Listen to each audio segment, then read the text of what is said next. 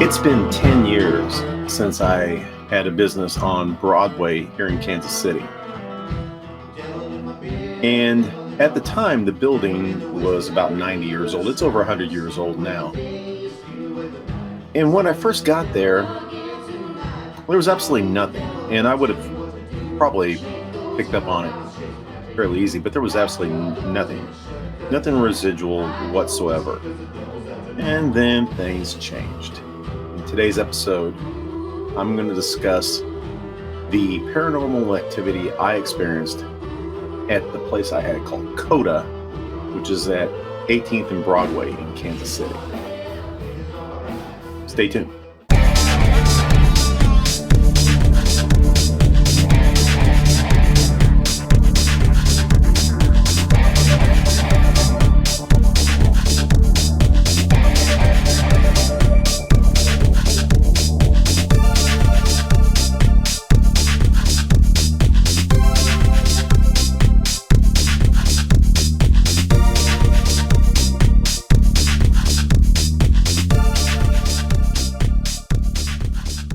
As I was working on the book, I kept trying to determine when exactly did all that change. And the only thing I could find that was an event that could possibly influence what was occurring was a car basically lost control going down Broadway and slammed right into the building.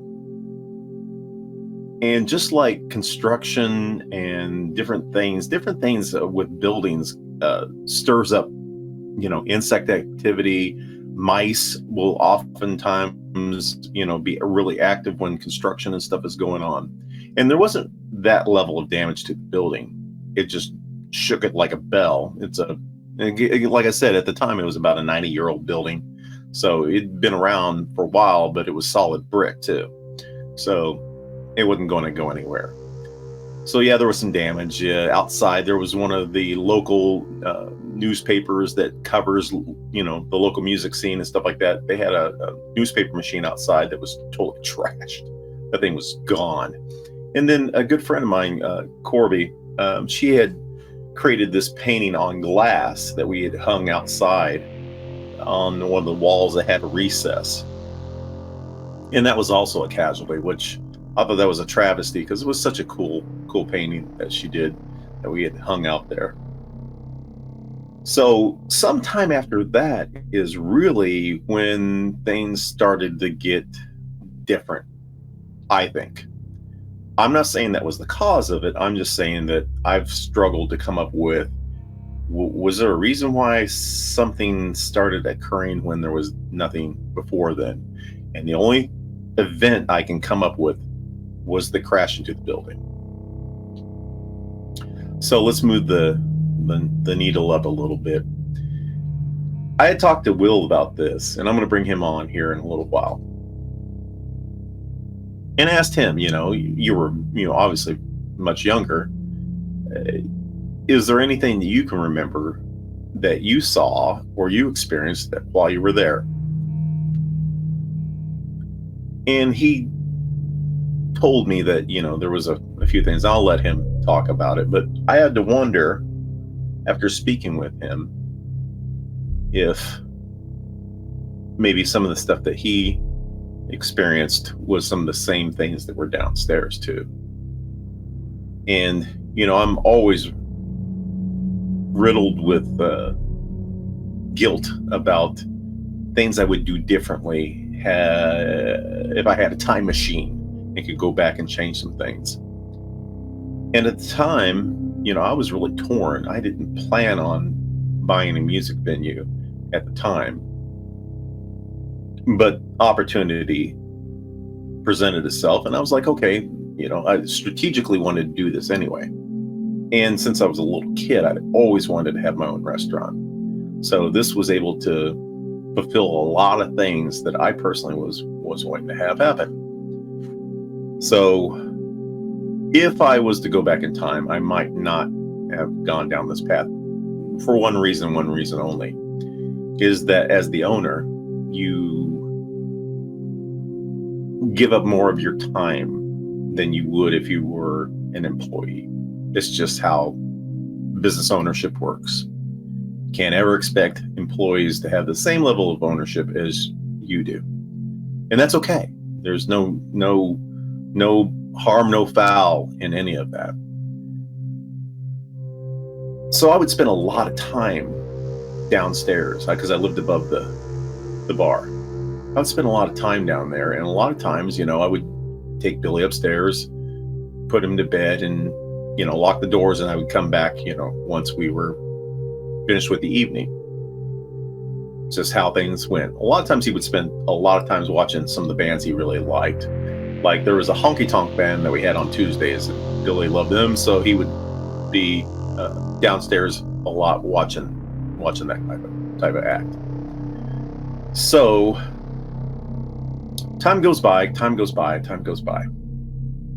and the first thing that occurred was while a friend of mine named Mark Vick, was working as the cook, and I was cleaning. I was cleaning the whole bar area, and I saw out of my peripheral vision. So I'm like looking towards the front of out the windows. So directly in front of me is out the windows, and I'm cleaning the bar, cleaning dishes, just getting stuff put away. And out of my peripheral vision, I see Mark walk past. So there's a long hallway, and let's take a look at that real quick. I'll show you. Okay, so this is the long path, and that at the end of the bar there, that room right there, that's the kitchen area, or it's the kitchen storage area / where the sinks are at, and where a lot of prep is done is back in that room. So I saw basically Mark walk past, and I'm talking to him. I can't remember what the conversation was, but I was asking him a question. Hey, Mark, do you know where blah blah blah blah? Do we need any blah blah blah? And he didn't reply, and so I say it again. Hey, yo, man, do we need whatever it was? I was asking about supplies, and he still didn't answer. I'm like, what the hell, man? What the hell? So I walk down the towards the end of the bar and look in the room, and there's nobody there. But I clearly saw him out of my peripheral vision walk past.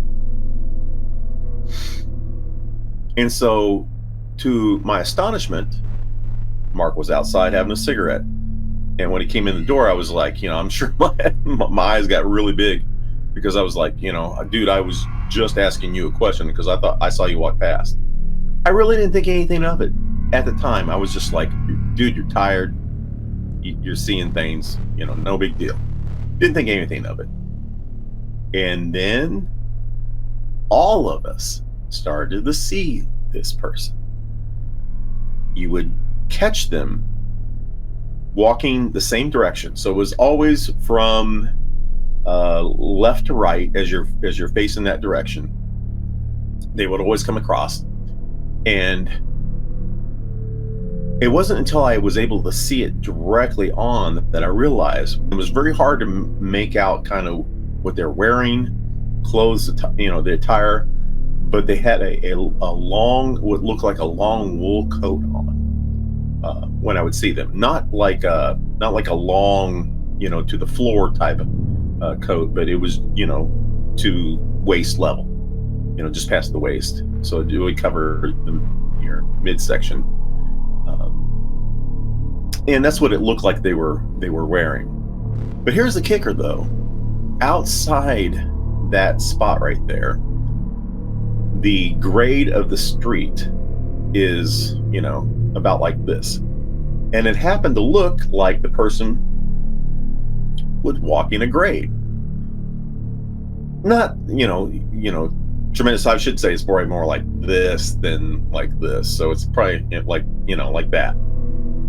And I would see them walk this grade, walking across there. And slowly but surely, everybody saw this. I know Ricky saw it multiple times, who was a bartender. I saw it at least 10 times. So my theory on this is this was some residual energy that was trapped in the building. Somehow the car ramming into the brick kind of rang it like a bell, and this energy is now loose for all practical purposes. Now, I don't have any basis to really structure that on. That's just my personal sentiment based upon my own intuition about what I think about all this. And granted, I've watched, so many paranormal shows and stuff to try to understand what is the phenomenon that's out there and how does it interact with us. Well, it didn't really make sense other than residual energy. Residual energy is the only thing that made sense, because this wasn't an active haunting, because it's always in a loop. It was never the same time every night. It was just random. It was just randomly you would see this person, go across the thing is, it would break the shadow. I mean, it would break the light source, because there was a light source back in that room. And the way you could tell somebody was walking past there, if you didn't physically see them directly, or move out of your peripheral vision, you would see the light, the light being broken. So it would go dark for just a second. It wasn't the light flickering. It was, you could see that there was something that was moving across there. Never had any interaction with it. Never heard any sounds associated with it. This was always just somebody walking at a slight grade uphill past that spot. So that was the kind of the first thing that I experienced with that. Second thing that occurred was a little different. I was never scared with the dude that's walking, in the kitchen. I never be startled, but never scared. I was genuinely frightened when I saw what I'm getting ready to tell you about. Hey, what's going on? My name is Will from Magnet Paranormal, a podcast about all things paranormal, and a platform for those who have experienced these type of things to speak on it. If you could please like and subscribe, that'd be greatly appreciated, and it would help out our channel a lot. Thank you for your moment of time. Go back to what you were doing. Okay, welcome back. So here's where we're at with this. So, as I was saying, the guy that was walking across in the kitchen never bothered me. I just ignore it, and I was always be like, "Oh, it's the dude. Oh, it's the dude." Now, don't get me wrong, I didn't like it because I just don't like when these things occur, but I wasn't scared of it. This genuinely scared me. And I think it's because of how it occurred. So let me paint the picture for you. It's late. We're closed. So the doors are locked, so nobody can get in. We're cleaning, getting everything ready to bail out of there. And after we get everything kind of all said and done, a lot of times we'll sit down and have a cocktail and then unwind, and then we're off on our merry directions to repeat the next day. Unless it's like a Saturday, then we're closed Sundays and Mondays. This was still while I was still cleaning, so I was behind the bar looking directly out, and directly in front of me is, here, I'll show this photo. Directly in front of the bar area there is this window. There's a door and a window there. And the tables I'm talking about are these right here.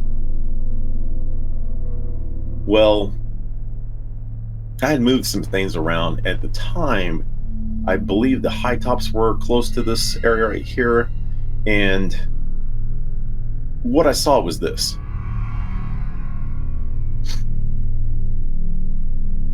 I'm cleaning. And I look up to see kind of, what's going on outside. So I'm just staring. I was washing the dishes, I put stuff up, and I got my hands on the bar, and I'm just looking dead straight ahead. Just kind of sighing and kind of taking a deep breath. And as I'm looking out the window directly in front of me, and keep in mind that we got all the lights off. So the only lights that are on in the place are the light in the kitchen, and then directly behind me over the bar, the outside light is on. Just past the entrance, they're outside. That light is on. So there I am. I'm looking out this window. I'm looking straight ahead, and all of a sudden, I see a shadow in human form stand up and then start walking away at an angle from me. And the thing was, they were crouched down, so it was like they were there the whole time in the shadow. And all of a sudden, they must have got tired of being, I guess, crouched down. And I physically saw them basically stand up and then turn and then walk away. And it genuinely, from, if you've ever suddenly been scared like that, it kind of starts with your head and goes all the way down to your toes, and it just dissipated. It wasn't, they didn't go into a wall, they didn't do any of that stuff before it ever got to because it was heading towards the side door. And here I'll show you a picture of the side door. Here's the side door. It was walking towards this, and it simply just evaporated into ether. I never saw another shadow person the entire time I was there.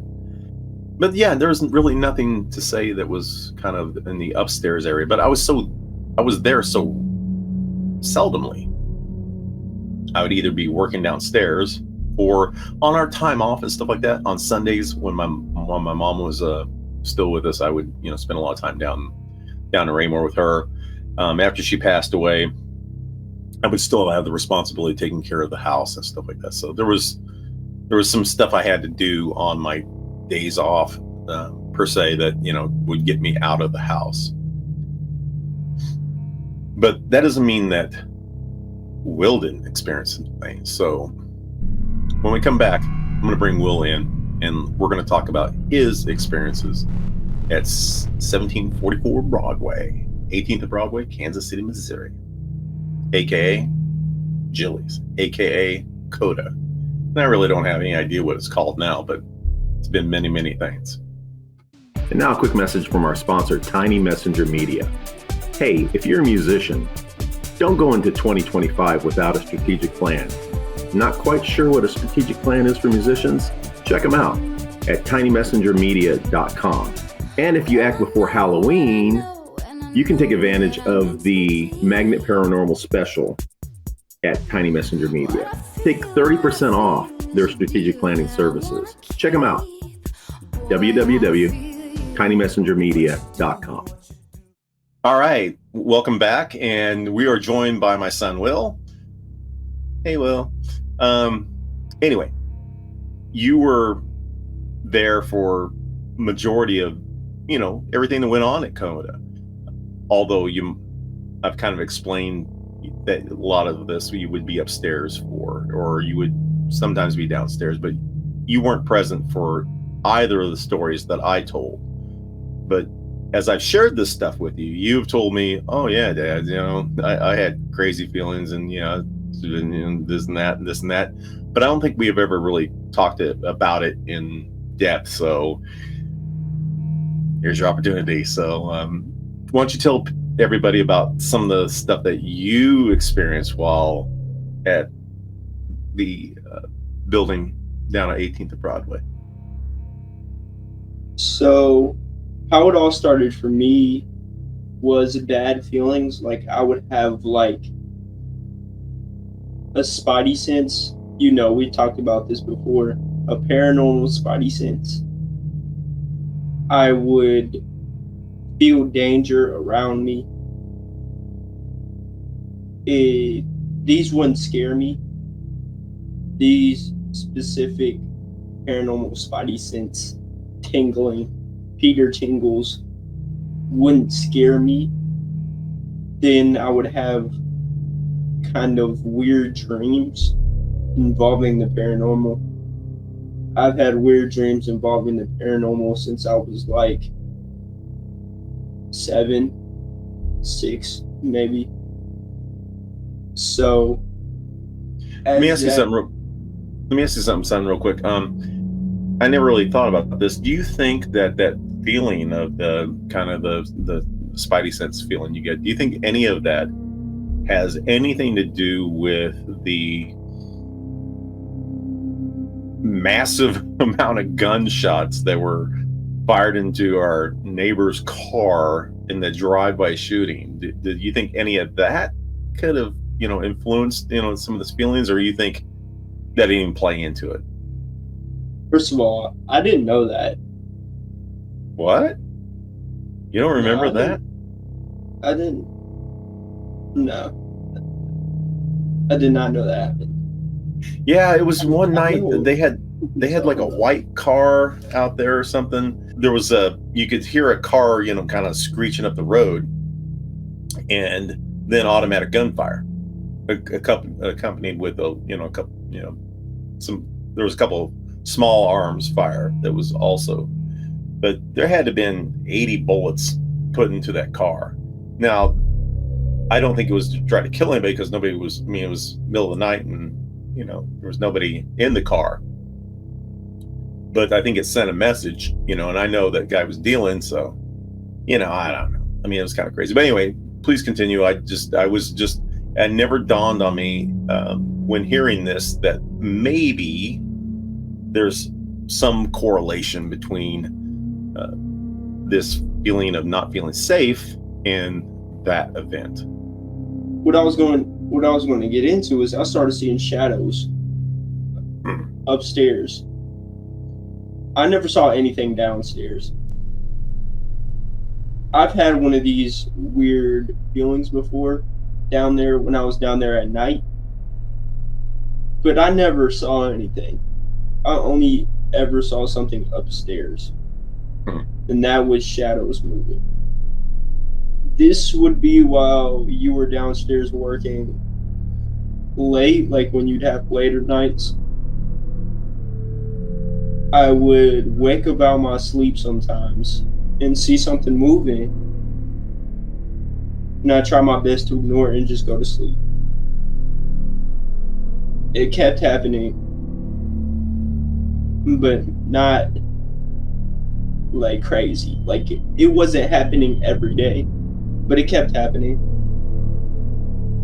Would they be in human form, or that type of shadow, or just abstract? Yeah, I would say it's in human form. Okay. But I would also say it was kind of like you described how it dissipates, but it would dissipate just from the back end. So it was kind of like a wave. Just kind of like smoke. Did you ever feel like they were watching you? Yes. Because that's a pretty common thing. Is sometimes it would be like they were just there staring at me. Sometimes they would walk, which brings me to the next segment of something I just remembered when we started talking about it right here. And that's, I don't remember if it was a dream or whether this was one of the times I woke up out of my sleep, but I could have sworn I saw someone walking in this suit, by the way, which I don't know what the suit shit is I'm hearing, but there's a lot of suit shit going on. There's a lot of people in suits for me, and I don't know what that is, but I saw somebody in a suit walking past, no hat this time, thank God, but in a suit walking to like the window.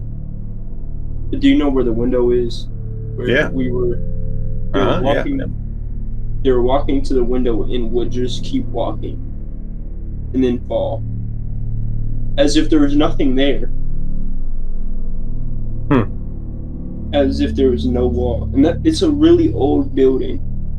It's a really old building. Yeah, I mean, it was done 90 years old while we were there, and it just turned over 100 last year. So yeah, I saw this, and that's what freaked me out the most about it. And I think I've tried to tell you this before, specifically that part. Maybe I actually went through with it and told you. I wouldn't remember. Yeah. But the shadows kept happening afterwards. I didn't, the closet that was right next to my bed?